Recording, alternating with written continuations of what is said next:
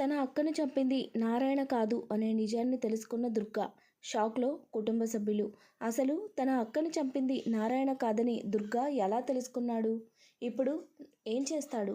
నారాయణను kidnap చేశాడని తెలుసుకున్న నారాయణ కొడుకులు ఏం చేయబోతున్నారు? పొదరిల్లు సీరియల్ రాబోతున్నటువంటి ఎపిసోడ్స్లో ఎటువంటి ట్విస్టులు ఉండబోతున్నాయి అనే విషయాలు టీవీలో కన్నా ముందుగా తెలుసుకోవాలి అనుకుంటున్నారా? అయితే వెంటనే ఛానల్ సబ్స్క్రైబ్ చేసి పక్కనే ఉన్న బెల్ ఐకాన్పై ట్యాప్ చేయండి. అప్పుడే మేము పెట్టే ప్రతి వీడియో కూడా నోటిఫికేషన్ రూపంలో మీ వరకు వస్తుంది. వీడియోని లైక్ చేయడం, మీ ఫ్రెండ్స్ అండ్ ఫ్యామిలీ మెంబర్స్తో షేర్ చేసుకోవడం మాత్రం మర్చిపోవద్దండి. మీరిచ్చే ఒక్క లైక్ మాకెంతో సపోర్ట్ ఇంకా ఎంకరేజ్మెంట్గా ఉంటుంది. దుర్గా అయితే నారాయణను కిడ్నాప్ చేసి తన ఇంటికి తీసుకువెళ్ళి చంపడానికి ప్రయత్నిస్తాడు. ఇంతలో విషయం తెలిసిన మాధవ, కేశవ, చక్రి, కన్న, మహాలక్ష్మి అందరూ కూడా దుర్గా ఇంటికి వస్తారు. అక్కడకు వచ్చిన తర్వాత తన తండ్రి అలా కుర్చీకి కట్టేసి ఉండడం, దుర్గా తనని చంపడానికి ప్రయత్నించడం చూసి ఒక్కసారిగా షాక్ అవుతారు. అసలు మీరు చాలా మంచివారు అనుకున్నాము, ఎందుకు ఇలా చేస్తున్నారు? మా నాన్నని ఎందుకు చంపాలని ప్రయత్నిస్తున్నారు? ఆయన మిమ్మల్ని ఏం చేశారు? మీ ఇద్దరికి మధ్య ఉన్న గొడవేంటి అని చెప్పి వాళ్ళు అడగడంతో దానికి దుర్గా, గొడవ ఏంటా? వాడు ఏం చేశాడా? నా అక్కని వాడి చేతులతో వాడే చంపేశాడు. చిన్నప్పటి నుంచి ప్రాణంగా బ్రతుకుతున్న మా అక్క వాడి చేతుల్లోనే చనిపోయింది. ఇప్పుడు నాకు ఎవ్వరూ లేకపోవడానికి కారణం వాడే.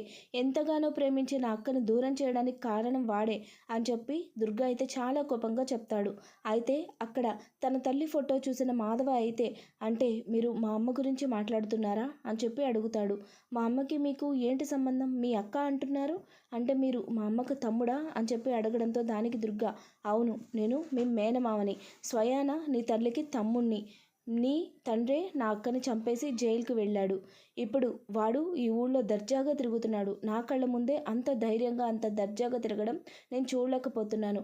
నా అక్కని చంపేసి వీడెలా ప్రాణాలతో ఉంటాడు అని చెప్పి దుర్గా అయితే చాలా కోపంగా చెప్తూ ఉంటాడు. అప్పుడే మహాలక్ష్మి, మీరు చాలా మంచివాళ్ళు కదా, మీరు ఊర్లోకి వచ్చిన అతిథుల్ని ఎంత గౌరవంగా చూసుకోవాలి, ఊళ్ళో ఎలా ఉండాలి, అందరికీ మంచి చెడు చెప్తున్నారు. మరి మీరే ఎందుకు ఇలా ప్రవర్తిస్తున్నారు? తను చంపాడే అనుకుందాం, చంపిన వ్యక్తి శిక్ష అనుభవించి తిరిగి వచ్చాడు కదా, తను చేసిన తప్పుకి ఆల్రెడీ శిక్ష పడింది కదా, మళ్ళీ ఇదంతా ఏంటి అని చెప్పి మహాలక్ష్మి దుర్గని నిలదీస్తుంది. దానికి దుర్గా, చూడమ్మా, ఈ విషయానికి నీకు ఎలాంటి సంబంధం లేదు. దయచేసి ఈ విషయంలో మీరంతా దూరంగా ఉండండి. నాకు పగ ఉన్నది వీడి ఒక్కడి మీద. వీడిని చంపేస్తే నా పగ నెరవేరుతుంది, మా అక్క ఆత్మకు శాంతి కలుగుతుంది అని చెప్పి దుర్గ చాలా ఆవేశంగా మాట్లాడుతూ ఉంటాడు. అప్పుడే నారాయణ, చూడు, కొన్ని విషయాలు నీకు తెలియకూడదని చెప్పి ఇన్నాళ్ళు ఆగాను. ఇప్పటికీ కూడా నువ్వు అదే మాట మాట్లాడుతున్నావు.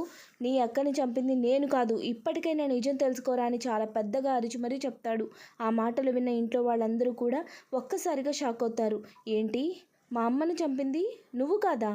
మరి ఎవరు అని చెప్పి మాధవ కూడా ఒక్కసారిగా అడగడంతో దానికి నారాయణ, చూడరా, ఇప్పటి వరకు నువ్వే నన్ను ఏ ప్రశ్న అడగలేదు. ఇప్పుడు నువ్వే అడుగుతున్నావు కాబట్టి నేను నిజం చెప్తున్నాను. మీ అమ్మని చంపింది నేను కాదు, మీ పెద్దనాన్న. నా భార్య ఆ ఇంటి మహాలక్ష్మి చనిపోవడానికి కారణం వాడేరా. వాడే మీ అమ్మని చంపి ఆ నిందని నా మీద వేశాడు. అప్పుడు నాకు ఏమీ తెలీదు, నేను ఏమీ తెలియని సిచ్యువేషన్లో ఉన్నాను. అందుకే ఆ రోజు తనని కాపాడడానికి ఆ నిందని నా మీద వేసుకొని నా భార్యని కోల్పోయిన దుఃఖంలో నేను ఏమీ మాట్లాడకుండా సైలెంట్గా ఉన్నాను. అందుకే నేను జైలుకి కూడా వెళ్ళి ఆ శిక్షని అనుభవించి వచ్చాను. అందుకే వాడంటే ఇప్పటికి కూడా నాకు అసహ్యం. వాడే ఇదంతా చేశాడు. ఆస్తి కోసం, కేవలం ఆస్తి కోసం మాత్రమే అలా చేశాడు వాడు. నా భార్యని నాకు దూరంగా చేశాడు, మీకు మీ తల్లి లేకుండా చేశాడు. అలాంటి దుర్మార్గుణ్ణి నేను ఎప్పటికీ క్షమించను. కానీ కేవలం నా చెల్లి వాడిని నమ్మింది కాబట్టి తన కోసం తన ముఖం చూసి నేను వాడిని వదిలేశాను. అంతే తప్ప నాకైతే ఈ విషయంలో ఎటువంటి సంబంధము లేదు. ఇదంతా చేసింది వాడే అని చెప్పి నారాయణ అయితే జరిగిన నిజాన్ని అందరి ముందు చెప్తాడు. ఆ మాటలు విన్న ఇంట్లో వాళ్ళందరూ ఒక్కసారిగా షాక్ అవుతాడు. అప్పుడే అక్కడికి వచ్చిన గాయత్రి, తాయారు, తన భర్త కూడా ఆ మాటలు విని, ఏంటి నువ్వు చెప్పేది? వదిన్ని చంపింది నువ్వు కాదా అన్నయ్య అని చెప్పి తాయారు కూడా అడుగుతుంది. ఆ మాటలు విన్న నారాయణ అయితే, అవును, నా భార్యను చంపింది వాడే, ఆ మెడలు తిరగనోడే, ఆ దుర్మార్గుడే అని చెప్పి బాగా కోపంగా చెప్తాడు. ఇక ఆ మాటలు విన్న మాధవ, చక్రి, కేశవ అందరూ కూడా, తన పెద్దనాన్న ఇంత అన్యాయం చేస్తాడా, మాకు ఎందుకు ఇంత ద్రోహం చేశాడు అని చెప్పి తన పెద్దనాన్ని ఏదైనా సరే చేసేయాలి అని చెప్పి ఆవేశంతో ఊగిపోతూ ఉంటారు. అయితే అక్కడే ఉన్న దుర్గా, నువ్వు చెప్పిందంతా నమ్మి, నువ్వు చెప్పింది విని నిన్ను వదిలేయడానికి నేనేమన్నా పిచ్చోడిని అనుకున్నావా? మరొక ఆడదాని మోజులో పడి నా అక్కని చంపింది నువ్వే అని నాకు తెలుసురా. నా అక్కని చంపి ఈ ఊళ్ళోనే నా కళ్ళ ముందే ఇంత ధైర్యంగా తిరగడానికి నీకు ఎక్కడి నుంచి అంత దమ్మొచ్చింది? అసలు నువ్వు ఎలా ఈ ఊరు నుంచి దాటుతావో నేను చూస్తాను. నా చేతులతోనే నిన్ను చంపేసి నా అక్క చావుకి ప్రతీకారం తీర్చుకుంటాను. తన చావుకి ప్రతీకారం తీర్చుకుంటాను అని చెప్పి దుర్గా అయితే నారాయణ మీదకు వెళ్ళబోతాడు. అప్పుడే మాధవ అడ్డంగా వచ్చి, చూడండి, గతంలో ఏం జరిగిందో నాకు తెలీదు, కానీ మా నాన్న చెప్తున్నాడు అంటే అది ఖచ్చితంగా నిజమే అయి ఉంటుంది. మా నాన్న ఈ హత్య చేశాడు అంటే నేను నమ్మడం లేదు. చిన్నప్పటి నుంచి మా నాన్న ఎలాంటి వాడు, మమ్మల్ని ఎలా పెంచాడు ఇదంతా కూడా నాకు తెలుసు. ఆయన ఎలా ఉన్నా బయటకి ఎంత రౌడీలాగా కనపడినా లోపల మాత్రం అయింది చిన్న పిల్లవాడి మనస్తత్వం. అలాంటి వ్యక్తి మా అమ్మని చంపాడు అంటే నేను నమ్మలేను. ఆయన ఆ రోజు బాధలో ఉండి ఏమీ మాట్లాడకుండా తన అన్న కోసం, తన చెల్లి కోసమే ఈ నిందని తన భుజాల మీద వేసుకొని జైలుకి వెళ్ళాడని చెప్తున్నాడు కదా. ఖచ్చితంగా ఈ విషయం గురించి అసలు నిజాన్ని మనం బయట పెడదామని చెప్పి మాధవ దుర్గకు సర్ది చెప్తూ ఉంటాడు. అయితే ఇంతలో గాయత్రి అక్కడికి వచ్చి, నువ్వు ఆగు బావా, ఈ విషయం గురించి ఖచ్చితంగా మా అమ్మకు నిజం తెలిసే ఉంటుంది. తను ఇంతకాలం బయట పెట్టలేదు. ఇప్పుడు ఎలా బయట పెట్టదో నేను చూస్తాను అని చెప్పి తయారుని అందరి ముందుకు తీసుకువస్తుంది. ఇక తయారుని చూసిన మహాలక్ష్మి అయితే, చూడండి, ఇప్పుడు కానీ మీరు నిజం దాచారంటే మీరు కనీసం మనిషిగా కూడా మిగలరు అని చెప్పి అంటుంది. గాయత్రి కూడా, చూడమ్మా, ఇప్పటి వరకు నువ్వు నా కోసం ఏమీ చేయలేదు, నాకు నచ్చినట్టుగా బతకనివ్వలేదు, నాకు నచ్చిన విధంగా పెళ్లి చేసుకోనివ్వలేదు. అయినా కూడా నేను నిన్ను ఏమీ అనలేదు. ఇక మీదైనా సరే నేను నీకు కూతురుగా, నువ్వు నాకు తల్లిగా ఉండాలి అనుకుంటే మాత్రం ఈ నిజం గురించి నువ్వు బయట పెట్టాల్సిందే అని చెప్పి అడగడంతో తయారు కూడా తన అన్నయ్య రమణయ్య ఎలాగో ఇక్కడ లేడు, ప్రస్తుతం ఈ సమస్య నుంచి బయటపడితే ఆ తర్వాత ఏదో ఒక విధంగా తప్పించుకోవచ్చు అనుకొని, అవును, నారాయణ కాదు మా వదిన్ని చంపింది మా అన్నయ్య రమణయ్యే అని చెప్పి అందరి ముందు ఒప్పుకుంటుంది. మరి ఈ విషయం తెలిసి కూడా ఎందుకు ఇన్నాళ్ళు ఇంత సైలెంట్గా ఉన్నారు?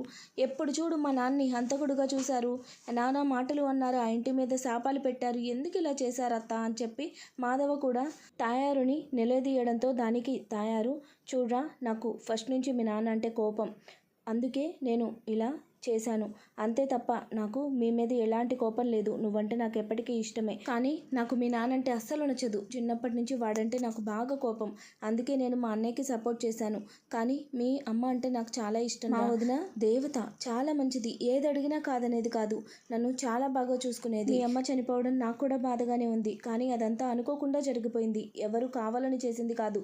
దయచేసి మా అన్నయ్యను క్షమించండి అని చెప్పి తయారు కూడా అందరి ముందు క్షమాపణ చెప్తుంది. ఇక ఆ విషయం తెలిసిన దుర్గా అయితే ఒక్కసారిగా షాక్ అవుతాడు. ఇంతకాలం తప్పు చేసింది తన బావే అనుకుని ఎంత పెద్ద తప్పు చేశాడో అర్థమై తన బావకి క్షమాపణలు చెబుతాడు. ఈ విధంగా పొదరిల్లు సీరియల్ రాబోతున్నటువంటి ఎపిసోడ్స్లో అయితే ఖచ్చితంగా జరగబోతుందండి. వీడియో నచ్చినట్లయితే తప్పకుండా లైక్ చేయండి, ఛానల్ని సబ్స్క్రైబ్ చేసుకోండి. Thanks for watching friends.